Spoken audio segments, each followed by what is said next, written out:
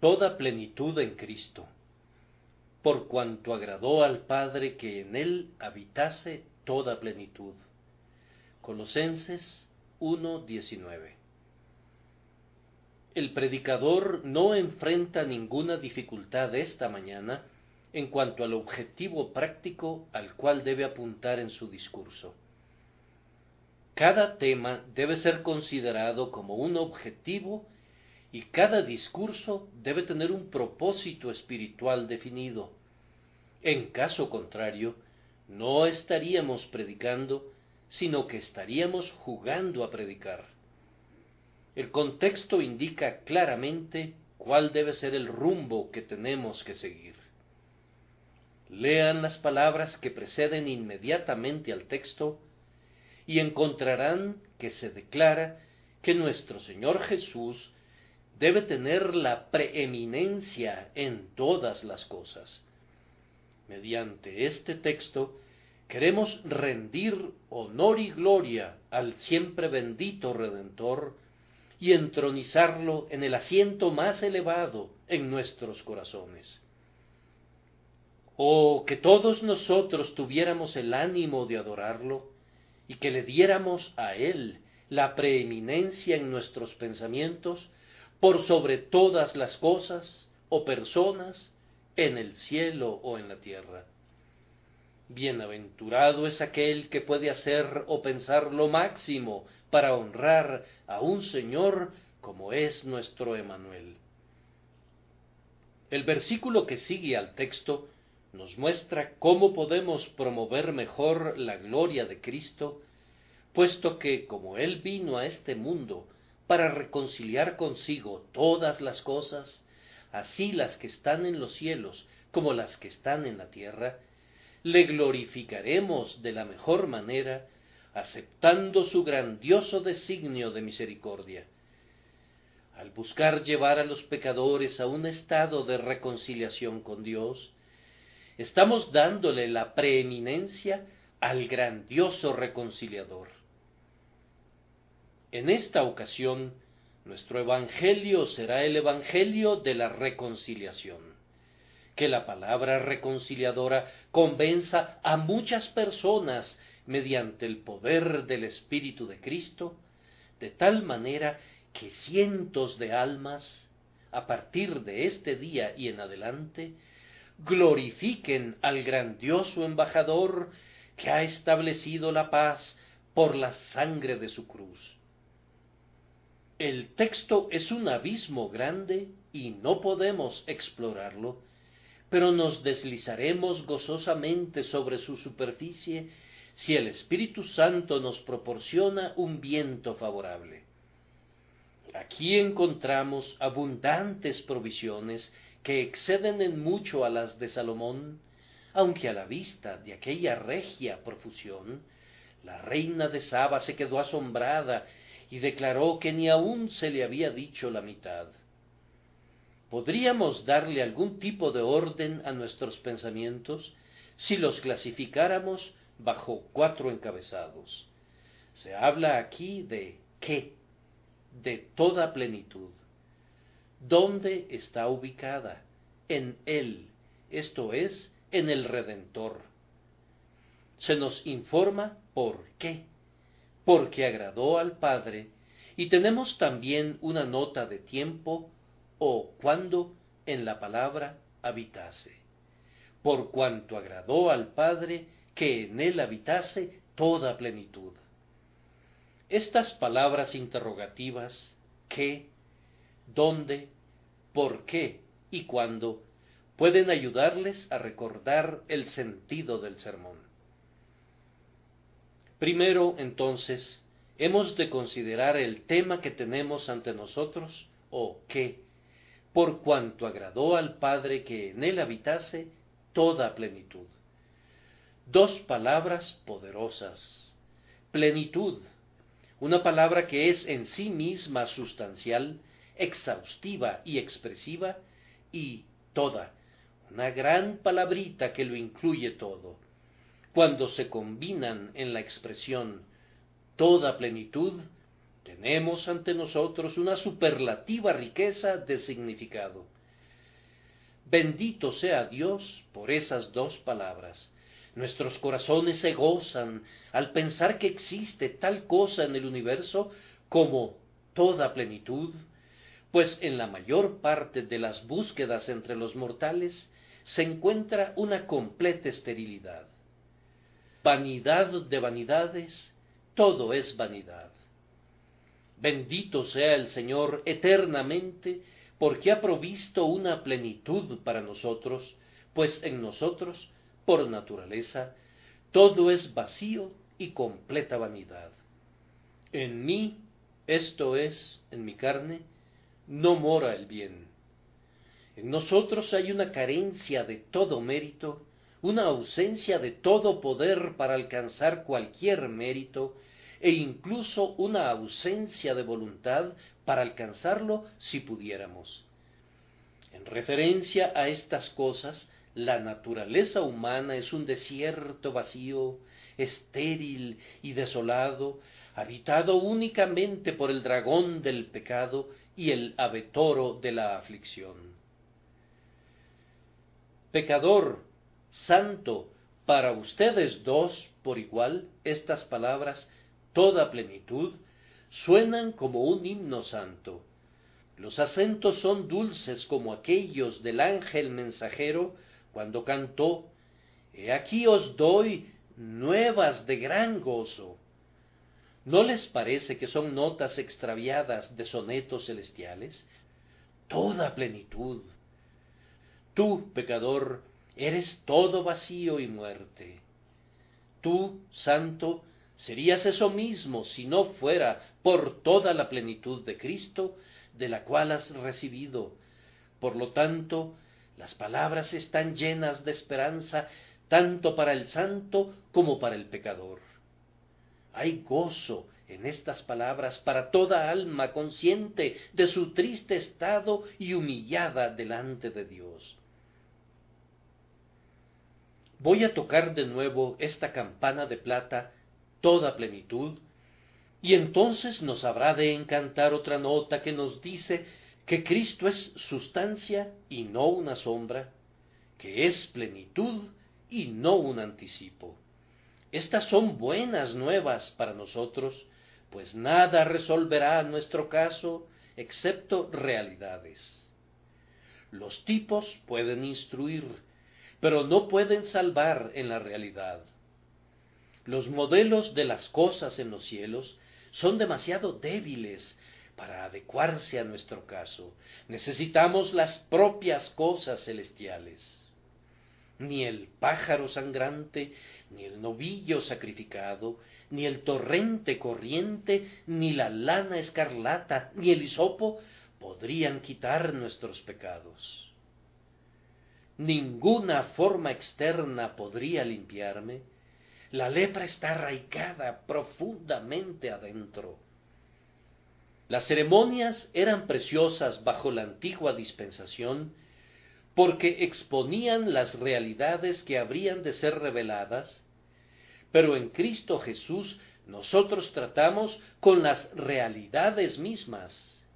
Y esta es una feliz circunstancia para nosotros, pues tanto nuestros pecados como nuestras aflicciones son reales, y únicamente las misericordias sustanciales pueden contrarrestarlos.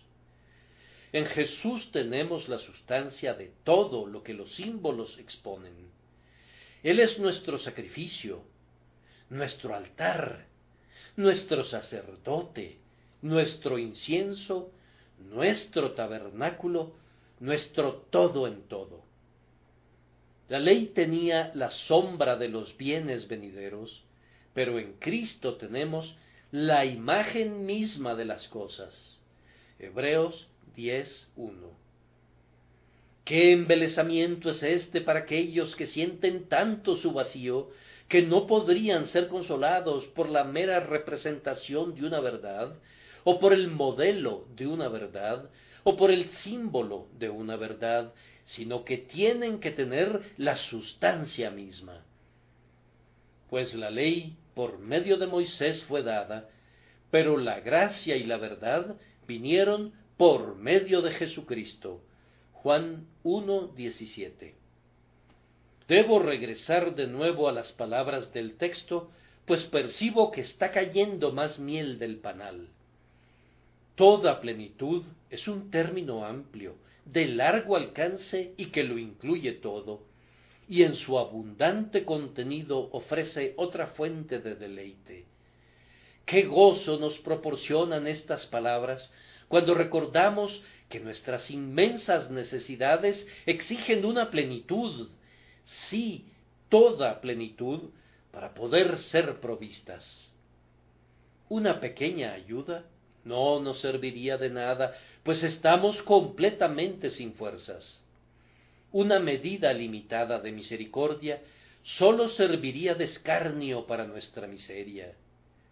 Un escaso grado de gracia no será nunca suficiente para llevarnos al cielo, manchados como estamos de pecado, asediados de peligros, anegados en debilidades, asaltados por tentaciones, molestados por aflicciones y acarreando todo el tiempo con nosotros este cuerpo de muerte.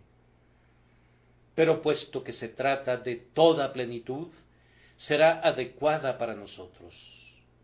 Aquí tenemos exactamente lo que nuestro desesperado estado exige para su recuperación. Si el Salvador sólo hubiera extendido su dedo para ayudar a nuestros esfuerzos, o si sólo hubiera extendido su mano para llevar a cabo una porción de la obra de salvación, dejándonos que la complementáramos nosotros, nuestra alma habría morado para siempre en tinieblas. En estas palabras, toda plenitud, oímos el eco de su clamor de muerte: consumado es. No tenemos que traer nada, sino que encontramos todo en él, sí, toda la plenitud en él. Hemos de tomar simplemente de su plenitud gracia sobre gracia. No se nos pide que contribuyamos, ni se requiere de nosotros que solventemos las deficiencias, pues no hay deficiencias que solventar. Todo, absolutamente todo, recae en Cristo.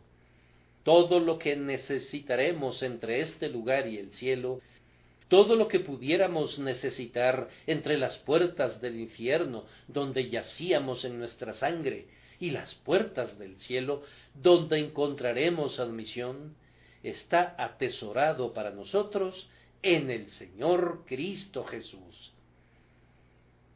Grandioso Dios, los tesoros de tu amor son minas eternas, profundas como nuestras impotentes miserias e ilimitadas como nuestros pecados. ¿Acaso no dije bien que las dos palabras que tenemos ante nosotros son un noble himno? Les ruego que permitan que se alojen en sus almas durante muchos días. Serán huéspedes bienvenidos. Permitan que estas dos hojuelas hechas con miel se queden bajo su lengua, dejen que sacien sus almas, pues son pan celestial. Entre más lamenten su vacío, más dulces serán estas palabras. Entre más sientan que tienen que hacer retiros abundantes del banco del cielo, más se regocijarán al comprobar que sus giros no disminuirán nunca la reserva ilimitada, pues todavía retendrá el nombre y la cualidad de toda plenitud. La expresión usada aquí denota que hay en Jesucristo la plenitud de la deidad, como está escrito: en él habita corporalmente toda la plenitud de la deidad. Cuando Juan vio al Hijo del Hombre en Patmos, las señales de la deidad estaban sobre él. Su cabeza y sus cabellos eran blancos como blanca lana. Allí estaba su eternidad. Sus ojos como llama de fuego. Allí estaba su omnisciencia. De su boca salía una espada aguda de 2 filos. Aquí estaba la omnipotencia de su palabra. Y su rostro era como el sol cuando resplandece en su fuerza. Aquí estaba su gloria infinita e inalcanzable. Él es el alfa y la omega, el principio y el fin, el primero y el último. Por esta razón, nada es demasiado difícil para él. Poder, sabiduría, verdad, inmutabilidad y todos los demás atributos de Dios están en él y constituyen una plenitud inconcebible e inextinguible. El intelecto más desarrollado sería necesariamente incapaz de entender la plenitud personal de Cristo como Dios. Por tanto, no haremos más que citar de nuevo ese noble texto: en él habita corporalmente toda la plenitud de la deidad, y vosotros estáis completos en él. Además, la plenitud habita en nuestro Señor no sólo intrínsecamente, porque proviene de su naturaleza, sino como resultado de su obra mediadora. Él alcanzó por el sufrimiento una asombrosa plenitud que también poseía por naturaleza. Él llevó sobre sus hombros el peso de nuestro pecado, Él expió por su muerte nuestra culpa, y ahora tiene con el Padre un mérito infinito, inconcebible, una plenitud de merecimiento. El Padre ha atesorado en Cristo Jesús, como en un depósito a ser usado por todo su pueblo, su amor eterno y su gracia ilimitada, para que los recibamos a través de Cristo Jesús y le glorifiquemos por ello. Todo poder ha sido entregado en sus manos, y la vida, y la luz, y la gracia están enteramente a su disposición. El que abre y ninguno cierra, y cierra y ninguno abre. Tomó dones para los hombres, sí, también para los rebeldes. Él es poseedor del cielo y de la tierra, no únicamente como el Dios fuerte, el Padre eterno, y por ello está lleno de toda plenitud, sino también en razón de que como mediador ha consumado nuestra redención, el cual nos ha sido hecho por Dios sabiduría, justificación, santificación y redención. Gloria sea dada a su nombre por esta doble plenitud. Den nuevamente un giro al pensamiento y recuerden que en Cristo habita toda plenitud para con Dios y para con los hombres. Toda plenitud para con Dios. Me refiero a todo lo que Dios requiere del hombre, todo lo que contenta y deleita a la mente eterna, de tal manera que una vez más, con complacencia, Él puede mirar a su criatura y declararla buena en gran manera. El Señor buscó uvas en su viña, pero sólo produjo uvas silvestres. Pero ahora, en Cristo Jesús, el grandioso labrador contempla la verdadera viña que produce mucho fruto. El Creador requería obediencia y contempla en Cristo Jesús al siervo que no ha fallado nunca en el cumplimiento de la voluntad del Señor. La justicia requería que la ley fuese guardada, y he aquí, el fin de la ley es Cristo para justicia a todo aquel que cree. Viendo que nosotros habíamos quebrantado la ley, la justicia exigía que soportáramos el justo castigo, y Jesús lo soportó hasta el límite, pues inclinó su cabeza a la muerte y muerte de cruz. Cuando Dios hizo al hombre poco menor que los ángeles, y sopló en su nariz el aliento de vida, haciéndolo así inmortal, tenía el derecho de esperar un servicio singular proveniente de una criatura tan favorecida, un servicio perfecto, gozoso, continuo, y nuestro Salvador ha prestado al Padre eso que lo contenta perfectamente, pues clama: «Este es mi Hijo amado, en quien tengo complacencia». Dios es más glorificado en la persona de su Hijo de lo que habría sido glorificado por un mundo caído. A lo largo del universo entero refulge una exhibición de infinita misericordia, de justicia y sabiduría, que ni la majestad de la naturaleza ni la excelencia de la providencia habrían podido revelar. Su obra, en la estimación de Dios, es honorable y preciosa.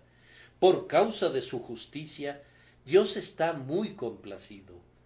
La mente eterna está satisfecha con la persona, con la obra y con el sacrificio del Redentor, pues del Hijo dice: tu trono, oh Dios, por el siglo del siglo, cetro de equidad es el cetro de tu reino. Has amado la justicia y aborrecido la maldad, por lo cual te ungió Dios, el Dios tuyo, con óleo de alegría más que a tus compañeros. Hebreos 1, 8, 9. Cuán indecibles consolaciones surgen de esta verdad, pues, queridos hermanos, si tuviéramos que rendirle a Dios algo mediante lo cual fuésemos aceptados, siempre estaríamos en peligro, pero como ahora somos aceptos en el amado, estamos seguros más allá de todo peligro.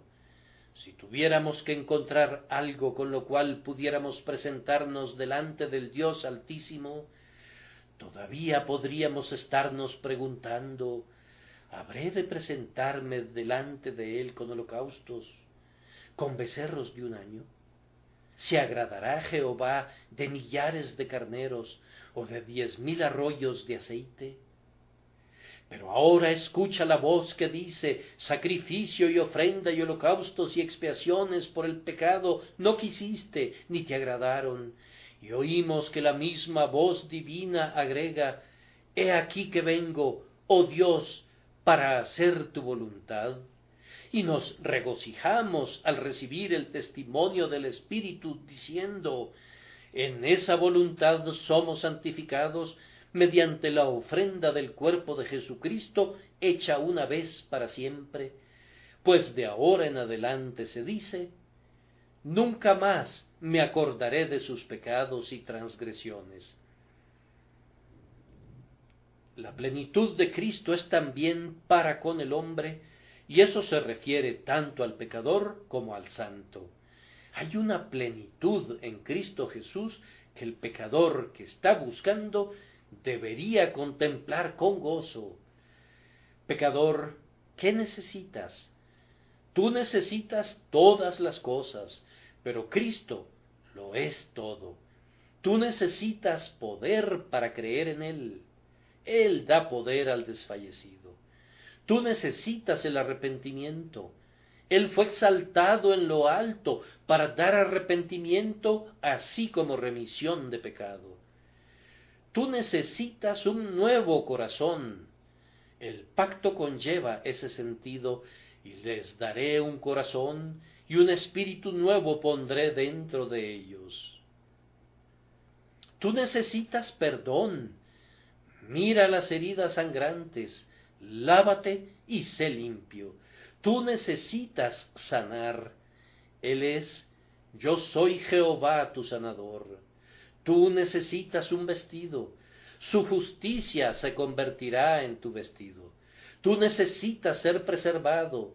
Tú serás preservado en Él. Tú necesitas vida, y Él ha dicho: despiértate, tú que duermes, y levántate de los muertos, y te alumbrará Cristo. Él ha venido para que tengamos vida.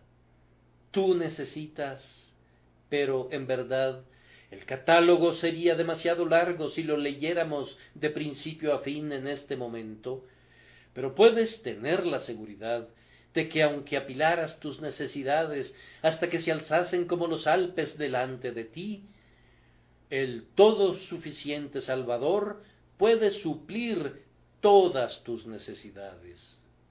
Puedes cantar confiadamente: tú, oh Cristo, eres todo lo que necesito, y encuentro en ti más que todo eso. Esto es válido también para el santo, así como lo es para el pecador. Oh Hijo de Dios, tú eres salvo ahora, pero tus necesidades no quedan suprimidas por eso. ¿Acaso no son tan continuas como los latidos de tu corazón? ¿Cuándo dejamos de estar necesitados, hermanos míos? Entre más vivos estemos para Dios, estamos más conscientes de nuestras necesidades espirituales. Aquel que está ciego y desnudo se considera rico y que se ha enriquecido, pero cuando la mente ha sido verdaderamente iluminada, entonces sentimos que somos completamente dependientes de la caridad de Dios. Debemos estar alegres, entonces, al aprender que no hay ninguna necesidad en nuestro espíritu que no sea abundantemente provista en toda la plenitud de Jesucristo. Tú buscas una plataforma más elevada de logros espirituales, te propones vencer al pecado, deseas dar abundantes frutos para su gloria, estás anhelando ser útil, estás ansioso por someter los corazones de los demás a Cristo. Contempla la gracia necesaria para todo ello. Contempla en la sagrada armería del Hijo de David su hacha de combate y sus armas de guerra, en los depósitos de aquel que es más grande que Aarón. Mira las vestimentas con las cuales has de cumplir tu sacerdocio, y en las heridas de Jesús contempla el poder con el cual puedes convertirte en un sacrificio vivo. Si quieres refulgir como un serafín y servir como un apóstol, contempla la gracia que te espera en Jesús. Si quieres ir de poder en poder y escalar las cumbres más elevadas de la santidad, contempla una gracia sobre otra preparadas para ti. Si experimentas la estrechez, no la experimentarás en Cristo. Si hubiese algún límite para tus santos logros, ese límite estaría establecido por ti mismo. El propio Dios infinito se entrega a ti en la persona de su amado Hijo y te dice: todo es vuestro. Jehová es la porción de tu herencia y de tu copa. La infinitud es nuestra. Aquel que nos dio a su propio Hijo nos ha dado en ese preciso acto todas las cosas. ¿Acaso no ha dicho: yo soy Jehová tu Dios, que te hice subir de la tierra de Egipto? Abre tu boca y yo la llenaré. Permítanme comentarles que esto es cierto no sólo en referencia a los santos en la tierra, sino que es cierto también en cuanto a los santos en el cielo, pues toda la plenitud de la Iglesia triunfante está en Cristo, así como también la plenitud de la Iglesia militante. Incluso los santos que están en el cielo no son nada sin Él. El río puro de agua de vida del cual beben procede del trono de Dios y del Cordero. Él los ha hecho sacerdotes y reyes, y ellos reinan en su poder. El Cordero es el templo del cielo, Apocalipsis 21-22, la luz del cielo, Apocalipsis 21-23, su boda es el gozo del cielo, Apocalipsis 19-7, y el cántico de Moisés, el siervo de Dios, y el cántico del Cordero es el cántico del cielo, Apocalipsis 15:3. Ni siquiera todas las arpas en lo alto podrían conformar un lugar celestial si Cristo no estuviera, pues Él es el cielo de los cielos y llena todo en todo. Agradó al Padre que toda la plenitud fuera atesorada en Cristo Jesús para todos los santos y los pecadores. Yo siento que mi texto me sobrecoge. Los hombres pueden navegar alrededor del mundo, pero ¿quién podría circunnavegar un tema tan vasto como este? Tan lejos como el este está del oeste, así de amplio es su alcance de bendición. Los filósofos han medido los montes, han calculado las profundidades de mares, de estados y reyes, han caminado con un báculo al cielo y rastreado las fuentes, pero hay dos vastas cosas espaciosas que nos incumbe medir más, pero hay pocos que las sondean: la gracia y el amor. ¿Quién es aquel que sería capaz de expresar todo el significado de nuestro texto? Pues aquí tenemos toda y plenitud, todo en plenitud y una plenitud en todo. Las palabras son tanto exclusivas como inclusivas. Niegan que haya una plenitud en cualquier otra parte, pues reclaman todo para Cristo, dejan fuera a todos los demás. Agradó al Padre que en él habitase toda plenitud. No es en ustedes, pretendidos sucesores de los apóstoles, donde pudiera habitar cosa alguna que yo necesito. Puedo pasármela muy bien sin ustedes. Es más, yo no insultaría a mi Salvador negociando con ustedes, puesto que como toda plenitud habita en él, ¿qué podría haber en ustedes que yo pudiera requerir? Recurran a sus incautos que no conocen a Cristo, pero quienes poseen las sumas riquezas de la gracia de Cristo no se inclinan ante ustedes. Nosotros estamos completos en Cristo, sin ustedes, oh jerarquía de obispos, y sin ustedes, cónclave de cardenales, y sin ti, oh falible, infalible, inmunda su santidad de Roma. Aquel que tiene todo en Cristo estaría loco en verdad si buscara algo más, o teniendo la plenitud, ansiara el vacío. Este texto nos aparta de toda confianza en los hombres, sí, o incluso en los ángeles, haciéndonos ver que todo está atesorado en Jesucristo. Hermanos, si hay algo bueno en lo que es llamado catolicismo, o en el ritualismo, o en las modernas novedades filosóficas, que los fanáticos de esas religiones se queden con lo que encuentren allí. Nosotros no los envidiaremos, pues no podríamos encontrar nada digno de obtenerse en sus formas de adoración o de creencia que sea diferente de lo que ya tenemos en la persona del todo suficiente Salvador. ¿Qué importa que sus velas brillen radiantemente, pues el sol mismo es nuestro? ¿Qué importa que sean sucesores de los apóstoles, pues nosotros seguimos al Cordero mismo donde quiera que va? ¿Qué importa que sean sumamente sabios, pues nosotros habitamos con la propia sabiduría encarnada? Déjenlos que vayan a sus cisternas, ya que nosotros nos atendremos a la fuente de agua viva.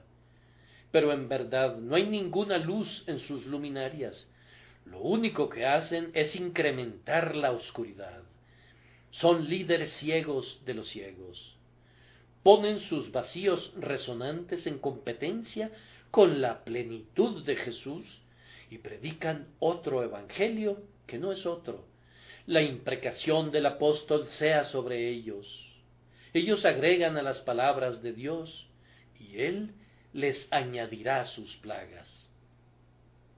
A la vez que el texto es exclusivo, es también inclusivo.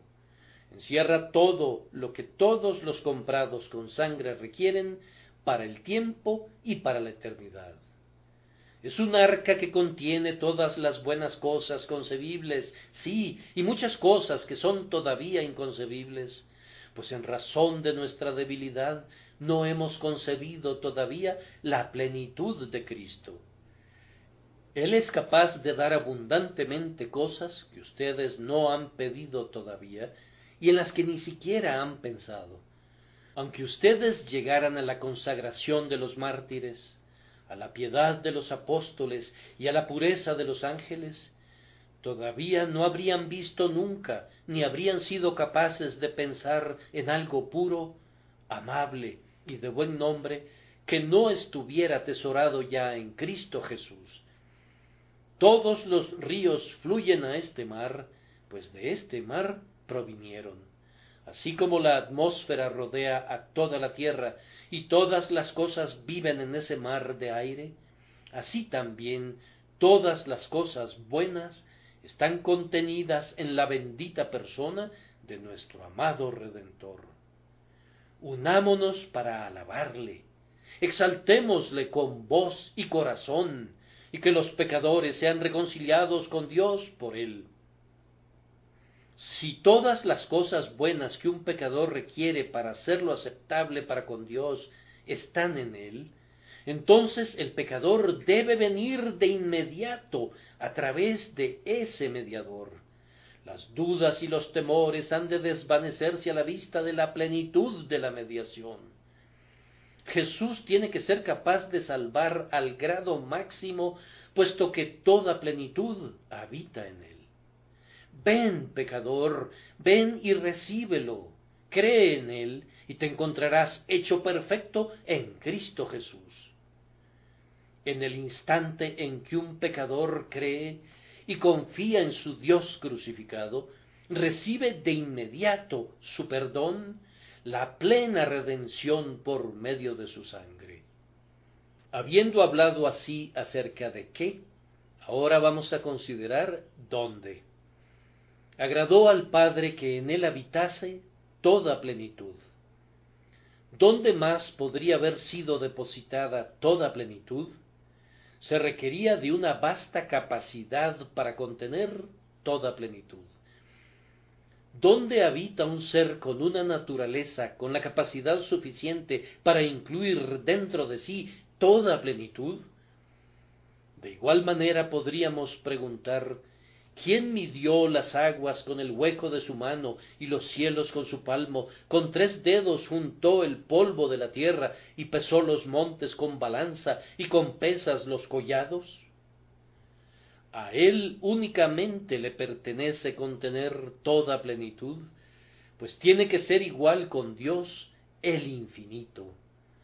Cuán apto era el Hijo del Altísimo, que con él estaba yo ordenándolo todo, para convertirse en el grandioso depósito de todos los tesoros de sabiduría y conocimiento y gracia y salvación. Además, se necesitaba no únicamente capacidad para contener, sino inmutabilidad para retener la plenitud, pues el texto dice, agradó al Padre que en él habitase toda plenitud, esto es, que residiese o permaneciese para siempre. Ahora, si algún tipo de plenitud pudiese ser puesta en nosotros, mutables criaturas, por causa de nuestra fragilidad, comprobaríamos que las cisternas rotas no pueden contener al agua. El Redentor es Jesucristo, el mismo ayer y hoy y por los siglos. Por tanto, era conveniente que toda plenitud fuera colocada en él. El Hijo sí queda para siempre. Él es sacerdote para siempre, según el orden de Melquisedec. Habiendo sido perfeccionado, vino a ser autor de eterna salvación para todos los que le obedecen. Será su nombre para siempre, se perpetuará su nombre mientras dure el sol. Benditas serán en él todas las naciones, lo llamarán bienaventurado. Tal vez el pensamiento más dulce es que toda plenitud está apropiadamente investida en Cristo Jesús, porque en él hay una idoneidad para distribuirla de tal manera que la podemos obtener de él. ¿Cómo podríamos acudir a Dios mismo buscando la gracia, ya que nuestro Dios es fuego consumidor?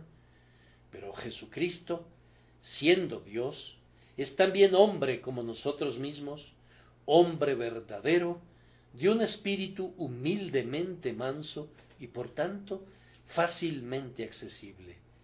Quienes lo conocen se deleitan en la cercanía con él. ¿No es dulce, acaso, que toda plenitud esté atesorada en aquel que fue amigo de publicanos y pecadores y que vino al mundo para buscar y para salvar lo que estaba perdido? El hombre que tomó al niño sobre su rodilla y dijo, dejad a los niños venir a mí, el hombre que fue tentado en todo según nuestra semejanza, el hombre que tocó a los enfermos, es más, que tomó nuestras enfermedades, el hombre que entregó sus manos a los clavos y su corazón a la lanza, ese bendito hombre en cuya señal de los clavos su discípulo Tomás metió su dedo y en cuyo costado metió su mano, es él, el Dios encarnado, en quien habita toda la plenitud.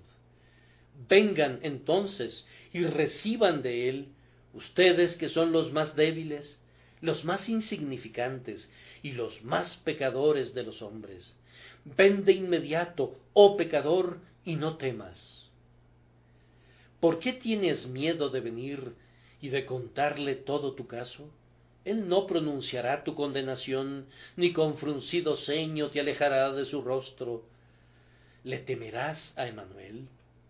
¿O tendrás horror del Cordero de Dios, quien, para salvar a tu alma del infierno, derramó su sangre preciosa?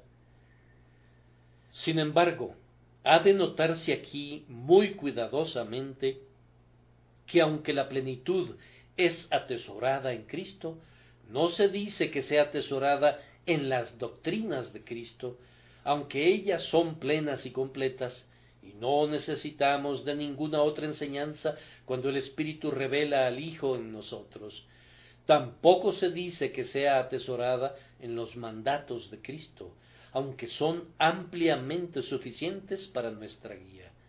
Pero se dice, agradó al Padre que en Él, en su persona, habitase toda plenitud. En Él, como Dios encarnado, habita corporalmente toda la plenitud de la deidad, no como un mito, un sueño, un pensamiento, una ficción, sino como una personalidad real y viva. Tenemos que aferrarnos a eso. Yo sé que la plenitud habita en él oficialmente como profeta, sacerdote y rey, pero la plenitud no radica en el manto profético, ni en el efod sacerdotal, ni en la vestidura real, sino en la persona que usa todo eso. Agradó al Padre que en él habitase toda plenitud. Ustedes tienen que alcanzar al propio Cristo en su fe y descansar únicamente en él, pues de lo contrario no habrían alcanzado el tesoro en el que está almacenada toda la plenitud. Toda la plenitud está en él radicalmente. Si hay plenitud en su obra, o en sus dones, o en sus promesas, todo se deriva de su persona, que le da peso y valor a todo. Todas las promesas son sí y amén en Cristo Jesús. El mérito de su muerte radica principalmente en su persona, porque Él era Dios, que se dio a sí mismo por nosotros, y su propio ser llevó nuestros pecados en su propio cuerpo sobre el madero. La excelencia de su persona dio plenitud a su sacrificio. Hebreos 1:3. Su poder de salvar en este preciso día radica en su persona, pues puede también salvar perpetuamente a los que por él se acercan a Dios, viviendo siempre para interceder por ellos. Yo deseo que ustedes vean esto y lo sientan, pues cuando su alma se aferra a los pies traspasados de Jesús y mira hacia el rostro más desfigurado que el de cualquier otro hombre, incluso aunque no pudieran entender todas sus obras y oficios, pero creyeran en él, habrían llegado al lugar donde habita toda la plenitud, y de su plenitud tomarán ustedes. Amados, recuerden nuestro propósito práctico, alaben a su persona, ustedes los santos, sean reconciliados con Dios por medio de su persona, ustedes pecadores, ustedes ángeles, guíennos en el cántico. Ustedes, espíritus redimidos con sangre, canten, el Cordero que fue inmolado es digno, y nuestros corazones se unirán a la melodía de ustedes, pues tenemos la misma deuda con Él. Gloria sea dada a la persona del Cordero bendito. La bendición y la gloria y la sabiduría y la acción de gracias y la honra y el poder y la fortaleza sean a nuestro Dios por los siglos de los siglos. Que le viéramos cara a cara para adorarle como quisiéramos. Oh pecadores, ¿no querrían ser reconciliados con Dios por medio de Él, puesto que toda plenitud habita en Él? Y Él se inclina hasta la debilidad de ustedes y extiende sus manos traspasadas para saludarlos. Vean cómo extiende ambas manos para recibirlos, mientras dulcemente los corteja para que vayan a Dios a través suyo. Vengan a Él. Oh, acudan con pasos apresurados, ustedes penitentes. Acudan de inmediato, ustedes, seres culpables. ¿Quién no querría ser reconciliado con Dios por alguien como Él, en quien habita toda la plenitud de la gracia? La tercera pregunta es, ¿por qué? Agradó al Padre. Esa respuesta basta. Él es soberano y puede hacer lo que le plazca. Pregunten la razón para la elección y no recibirán ninguna otra respuesta diferente a esta: sí, Padre, porque así te agradó. Esa sola respuesta puede responder a 10,000 preguntas. Jehová es, haga lo que bien le pareciere. Una vez Jehová quiso quebrantarlo, y ahora agradó al Padre que en él habitase toda plenitud. La soberanía puede responder suficientemente a la pregunta, pero presten atención. Oigo hablar a la justicia. No puede quedarse callada. La justicia dice que no hubo ninguna persona en el cielo o bajo el cielo tan apta para contener la plenitud de gracia como Jesús. Nadie tan apto para ser glorificado como el Salvador, quien se despojó a sí mismo, tomando forma de siervo, hecho semejante a los hombres, y estando en la condición de hombre, se humilló a sí mismo, haciéndose obediente hasta la muerte y muerte de cruz. No es sino justicia que la gracia que Él nos ha traído sea atesorada en Él. Y dado que la justicia habla sabiduría, no dejará de hacer oír su voz. Sabio eres tú, oh Jehová, al atesorar la gracia en Cristo, pues los hombres pueden acudir a Él, y acercándonos a Él, piedra viva, para Dios escogida y preciosa, los hombres lo encuentran también precioso para sus almas. El Señor ha puesto nuestra ayuda en el lugar correcto, pues la ha colocado sobre uno que es poderoso, y que es tan amoroso como poderoso, y que está tan dispuesto como es capaz de salvar. Además, en la adecuación de las cosas, el agrado del Padre es el primer punto que debe ser considerado, pues todas las cosas tienen que ser para el buen agrado de Dios.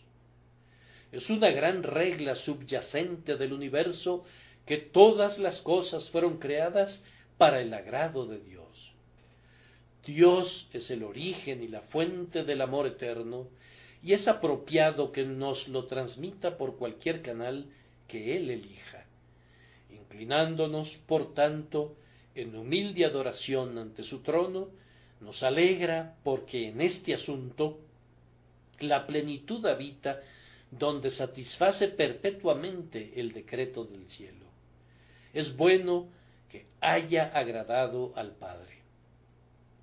Ahora, hermanos, si agradó al Padre poner toda gracia en Cristo, tenemos que alabar al Salvador elegido. Lo que agrade al Padre, nos agrada a nosotros. ¿Dónde desearían ustedes que fuera colocada la gracia, hermanos míos, sino en el bienamado? La Iglesia entera de Dios es unánime en cuanto a esto. Si yo pudiera salvarme a mí mismo, no querría hacerlo, pensaría que la salvación no es salvación si no glorificara a Jesús. Esta es la propia corona y gloria de ser salvado, que el hecho de que seamos salvados brindará honra a Cristo. Es deleitable pensar que Cristo recibirá la gloria de toda la gracia de Dios. Sería chocante que no fuera así. ¿Quién podría tolerar ver que se le robara la recompensa a Jesús? Nos indigna que alguien usurpe su lugar y nos avergüenza que no le glorifiquemos más. Ningún gozo visita jamás mi alma, como el de saber que Jesús es exaltado en grado sumo, para que en el nombre de Jesús se doble toda rodilla y toda lengua confiese que Jesucristo es el Señor, para gloria de Dios Padre. Una hermana en Cristo, en su amabilidad y gratitud, usaba el otro día un lenguaje en cuanto a mí que hizo que mis mejillas se sonrojaran, pues sentí que no merecía para nada la alabanza. Ella dijo: su ministerio me beneficia porque usted glorifica mucho a Cristo. Pensé, si usted supiera cuánto quisiera glorificarle si pudiera, y cuán lejos me quedo de lo que gustosamente quisiera hacer por él, usted no me alabaría. Yo podría llorar pensando en los mejores sermones que he predicado jamás, porque no puedo exaltar a mi Señor lo suficiente, y mis conceptos son muy bajos, y mis palabras son muy pobres. Oh, si uno pudiera lograr honrarle realmente y poner otra corona sobre su cabeza, eso sería el cielo en verdad. En esto estamos de acuerdo con el Padre, pues si le agrada a Él glorificar a su Hijo, nosotros sentimos sinceramente que también nos agrada a nosotros.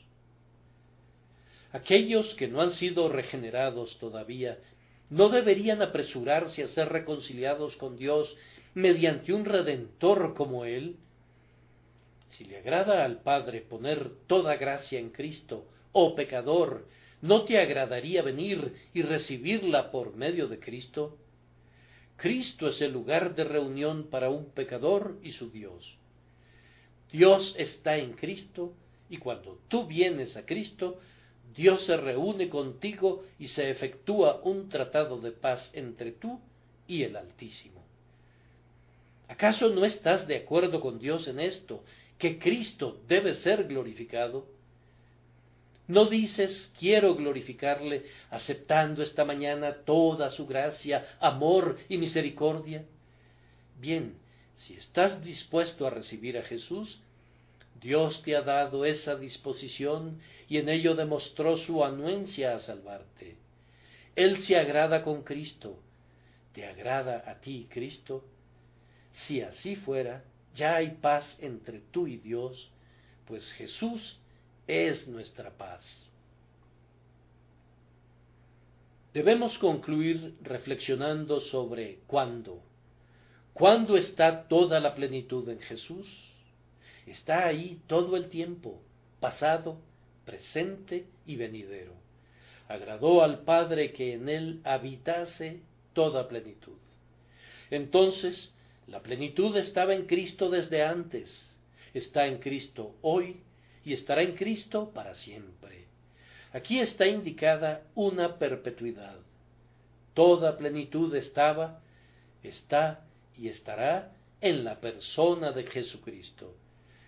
Cada santo salvado bajo la antigua dispensación encontró la plenitud de su salvación en el Redentor que había de venir. Cada santo salvado desde el advenimiento es salvado por medio de la mismísima plenitud. La redención fluye por siempre de la fuente que brota de las heridas de Cristo en el Calvario, y en tanto que haya un pecador que vaya a ser salvado, o un alma elegida que deba ser recogida, la sangre de Cristo no perderá nunca su poder, la plenitud de mérito y de gracia permanecerá siendo igual. Mientras que la expresión habitase indica perpetuidad, ¿no indica también constancia y accesibilidad? Un hombre que habita en una casa será encontrado ahí siempre. Es su hogar. Me parece que el texto dice que esta plenitud de gracia siempre ha de ser encontrada en Cristo, habitando en Él por siempre. Toca esa puerta por medio de la oración y la encontrarás en casa. Si un pecador en cualquier lugar está diciendo, Dios, sé propicio a mí, la misericordia no ha salido de viaje, habita en Cristo tanto de noche como de día, está ahí, ahora, en este instante. Hay vida en una mirada al crucificado, no a ciertas horas canónicas, sino a cualquier hora, en cualquier lugar, para cualquier hombre que mire. Desde el cabo de la tierra clamaré a ti, cuando mi corazón desmayare, y mi oración no será rechazada. Hay plenitud de misericordia en Cristo, disponible en todo momento, en cualquier época, desde cualquier lugar. Agradó al Padre que toda plenitud habitase permanentemente en Él, como en una casa cuya puerta nunca está cerrada. Sobre todo, vemos aquí inmutabilidad. Toda plenitud habita en Cristo, es decir, nunca se extingue ni disminuye. En el último día en que este mundo permanezca, antes de ser entregado para ser devorado por el calor ardiente, se encontrará tanta plenitud en Cristo como en la hora cuando el primer pecador lo miró a Él y fue aliviado. Oh pecador, el baño que limpia es tan eficaz para quitar las manchas hoy como lo fue cuando el ladrón agonizante se lavó allí. Oh tú, pecador que desesperas, hay tanta consolación en Cristo hoy como cuando Él le dijo a la mujer, tus pecados te son perdonados, ve en paz. Su gracia no ha disminuido. Él es hoy un Salvador tan grande como cuando Magdalena fue liberada de 7 demonios. Él ejercerá el mismo poder infinito para perdonar, para regenerar, para liberar, para santificar, para salvar almas perfectamente hasta que el tiempo no exista más. ¿No nos conducirá todo esto a alabar a Cristo, puesto que toda la plenitud es permanente en Él? Nuestras alabanzas han de permanecer donde permanece la plenitud. Te alaben, oh Jehová, todas tus obras, y tus santos te bendigan. Sí, ellos no cesarán nunca su alabanza, porque nunca decrecerá la intensidad de tu plenitud. Este es un tópico sobre el cual nosotros, los que amamos a Cristo, estamos todos de acuerdo. Podemos disputar acerca de doctrinas y tenemos diferentes puntos de vista sobre las ordenanzas, pero todos tenemos una visión concerniente a nuestro Señor Jesús. Él ha de sentarse en un excelso trono glorioso. ¿Cuándo amanecerá el día cuando cabalgue en triunfo a lo largo de nuestras calles? ¿Cuándo se convertirán verdaderamente Inglaterra y Escocia y todas las naciones en los dominios del grandioso Rey? Nuestra petición es que Él apresure la divulgación del Evangelio y su propia venida según le agrade, o que Él fuera glorioso a los ojos de los hombres. Y ciertamente, si toda plenitud habita perpetuamente en Cristo, hay buena razón para que los que no han sido reconciliados se aprovechen de ella en este día.